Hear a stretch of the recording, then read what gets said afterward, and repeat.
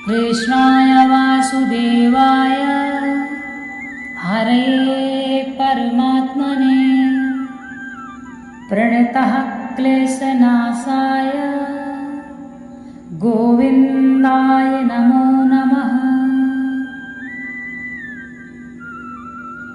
श्री मद्भागवत गीता में भगवान अर्जुन से कहते हैं, हे पार्थ, भ्रमित चित्त वाले, मोह रूप जल से समावृत और विषय भोगों में अत्यंत आसक्त असुर लोग महान अपवित्र नरक में गिरते हैं।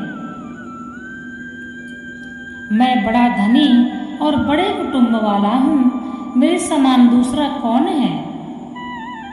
जो लोग ऐसा बोलते हैं उनका क्या कथन है? इससे आसुरी प्रकृति वाले मनुष्यों के धन कुटुंब संबंधी घमंड का स्पष्टीकरण किया गया है। अभिप्राय यह है कि वे असुर स्वभाव वाले पुरुष अहंकार से कहते हैं कि हमारे धन का और हमारे कुटुंबी मित्र, बांधव, सहयोगी, अनुयायी और साथियों का पार ही है। हमारी एक आवाज से असंख्य मनुष्य हमारा अनुगमन करने को तैयार हैं। इस प्रकार धन बल और जन बल में हमारे समान दूसरा कोई नहीं है। जो मनुष्य कहते हैं मैं यज्ञ करूंगा, दान दूंगा, इस कथन का क्या तात्पर्य है? इससे उनका यज्ञ और दान संबंधी मिथ्या अभिमान दिखलाया गया है। अभिप्राय यह है कि आसुर स्वभाव वाले मनुष्य वास्तव में ना तो सात्विक यज्ञ या दान करते हैं और ना करना ही चाहते हैं। केवल दूसरों पर रोब जमाने के लिए यज्ञ और दान का ढोंग रचकर अपने घमंड को व्यक्त करते हुए कहा करते हैं कि हम अमुक यज्ञ करेंगे, बड़ा भारी दान देंगे, हमारे समान दान देने वाला और यज्ञ करने वाला दूसरा कोई नहीं है। मैं आमोद प्रमोद करूंगा, इस कथन का क्या अभिप्राय है? इससे उनका सुख संबंधी मिथ्या अभिमान दिखलाया गया है। वे आसुर स्वभाव वाले लोग भली भांति की डींग हाँकते हुए गर्भ में फूल कर कहा करते हैं, आहा, फिर कैसी मौज होगी, हम आनंद में मग्न हो रहेंगे।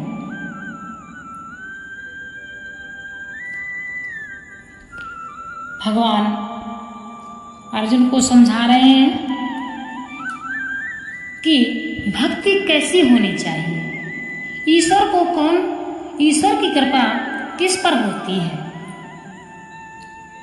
बहुत से व्यक्ति यह अहंकार करते हैं कि मैं ज्यादा दान देता हूँ, मैं बहुत दान करता हूँ, मैं बड़ी बड़ी पूजा पाठ कराता हूँ, अर्थात मैं बहुत खर्च करके, बहुत से लोग तो थोड़ी ही पैसों में खर्च करके छोटी पूजा कराते हैं, परंतु मैं तो बहुत सारा धन देकर और पूजा कराता हूँ, मैं बड़ी पूजा कराता हूँ, मैं यज्ञ करता हूँ, दान करता हूँ तथा मैं बहुत ही बड़े बड़े चढ़ावे चढ़ाता हूँ एवं मैं विधि विधान से पूजा करता हूँ या फिर करवाता हूँ।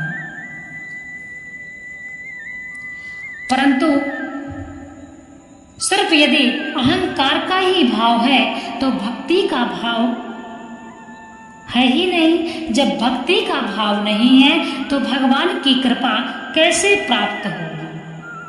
आखिर तेरा तुझको अर्पण क्या लागे मेरा, सब कुछ तो ईश्वर का ही है, फिर हमारा क्या है? यदि भगवान ने हमको इतना धन दौलत दिया है और हम पूजा में 10 रुपए अर्पित कर देते हैं तो उसमें वह किसका हुआ? अर्थात सब कुछ तो भगवान का ही है, परंतु हम अपना भगवान को हम प्रेम से अर्पित करते हैं, वह हमारा प्रेम है, हमारी भावना है। उसी पैसे को लेकर व्यक्ति अपना दूसरा व्यक्ति गुजारा करता है। भगवान किसी के पैसे तो लेते नहीं, तो फिर घमंड किस बात का है? यदि हम बड़े बड़े चढ़ावे चढ़ाते हैं, फल फ्रूट कुछ भी चढ़ाते हैं, मिठाइयाँ अर्पित करते हैं, तो वह भी बाद में कौन खाता है? हम ही खाते हैं।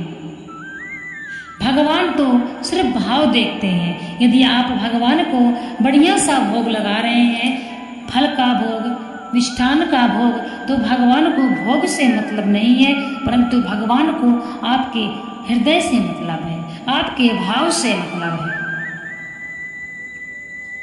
यदि भगवान की भक्ति में अहंकार है तो वह तो ईश्वर ही है। यहाँ तक समझ लीजिए कि यदि आप किसी व्यक्ति को भी कोई वस्तु घमंड में देते हैं, अहंकार दिखलाकर देते हैं, तो वह व्यक्ति आपसे दोबारा मांगना या लेना नहीं चाहेगा। यदि उसकी मजबूरी होगी तो वह लेगा। इसीलिए अहंकार अच्छा नहीं होता है।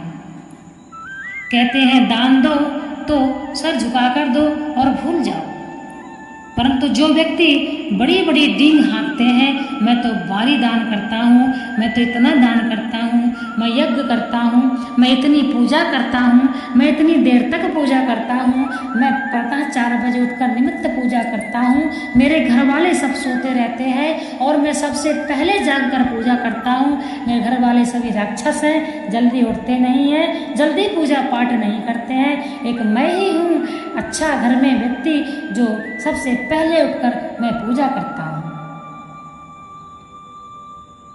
यदि आप सबसे पहले उठकर पूजा करते हैं तो आप लोगों की दिल में जगह बना सकते हैं। आपको व्यक्ति कह सकते हैं कि भाई वो बहुत जल्दी उठते हैं, स्नान आदि करके पूजा कर लेते हैं और हम लोग तो बाद में करते हैं, परंतु ईश्वर के मन में नहीं, क्योंकि आपको तो यही अहंकार है कि मैं जल्दी उठकर भगवान की पूजा करता हूँ और दूसरा कोई नहीं करता है।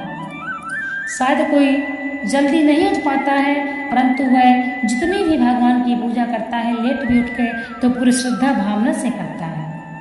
तो जरूरी नहीं है कि किसकी पूजा का फल किसको मिल रहा है, ये किसी को पता नहीं है। आजकल के समय में व्यक्ति फैशन दिखावा हर जगह चल गया है। मंदिरों में भी पैसा दिखावा चल गया है। यदि मंदिर में कोई ज़्यादा चढ़ावे चढ़ाता है उसका मान ज़्यादा होता है, यदि कोई कम चढ़ाता है उसका मान कम होता है। तो यह चल रहा है। काम, क्रोध तथा लोभ ये 3 प्रकार के नरक के द्वार हैं। आत्मा का नाश करने वाले अर्थात उसको अधोगति में ले जाने वाले हैं। अतएव भगवान कहते हैं, हे पार्थ, इन तीनों का त्याग कर देना चाहिए। किसका किसका? काम, क्रोध और लोभ नरक के द्वार है। स्त्री पुरुष आदि समस्त भोगों की कामना का नाम है काम है। इस कामना के वशीभूत होकर भी मनुष्य चोरी, व्यभिचार और अभक्ष्य भोजन आदि नाना प्रकार के पाप करते हैं। मन के विपरीत होने पर जो उत्तेजना में वृत्ति उत्पन्न होती है उसका नाम क्रोध है। क्रोध के आवेश में मनुष्य हिंसा, प्रतिहिंसा आदि भांति भांति के पाप करते हैं। धनादि विषयों की अत्यंत बढ़ी हुई लालसा को लोभ कहते हैं। लोभी मनुष्य उचित अवसर पर धन का त्याग नहीं करते एवं अनुचित रूप से भी उपार्जन और संग्रह करने में लगे रहते हैं। इसके कारण उनके द्वारा झूठ, कपट, चोरी और विश्वासघात आदि बड़े बड़े पाप बन जाते हैं। पापों का फल तामिस्त्र और अंध तामिस्त्र है यदि नरकों की प्राप्ति है। इसीलिए इन तीनों नरक के द्वार, इनको तीनों को काम, क्रोध और लोभ को नरक का द्वार बतलाया गया है। सभी मनुष्यों को गीता पढ़ना चाहिए, तभी आप समझ सकते हैं कि हमें क्या करना चाहिए और हमें क्या नहीं करना चाहिए। श्रीमद् भागवत गीता साक्षात भगवान श्री कृष्ण की वाणी है। भगवान स्वयं कहते हैं, हे पार्थ, काम, क्रोध और लोभ यह तीनों नरक के द्वार हैं, इसीलिए इन तीनों का त्याग करना चाहिए। तो आज से ही आप काम और क्रोध और लोभ का त्याग करें, कोशिश करें और भगवान का जप करें। कलयुग में भक्ति बड़ी ही सरल है। कलयुग बहुत ही सरल युग है। सतयुग, द्वापर, त्रेता ऐसे कठिन युग हैं जो व्यक्ति सोचता था तब भी उसको भोगना पड़ता था। अर्थात जो व्यक्ति कुछ गलत कोई सोचता था वह भी उसको भोगना पड़ता था। परंतु कलयुग में इतना दंड नहीं है। इसलिए कलयुग में व्यक्ति यदि भगवान के नाम का जप ही करता है तब भी वह पार उतर जाता है।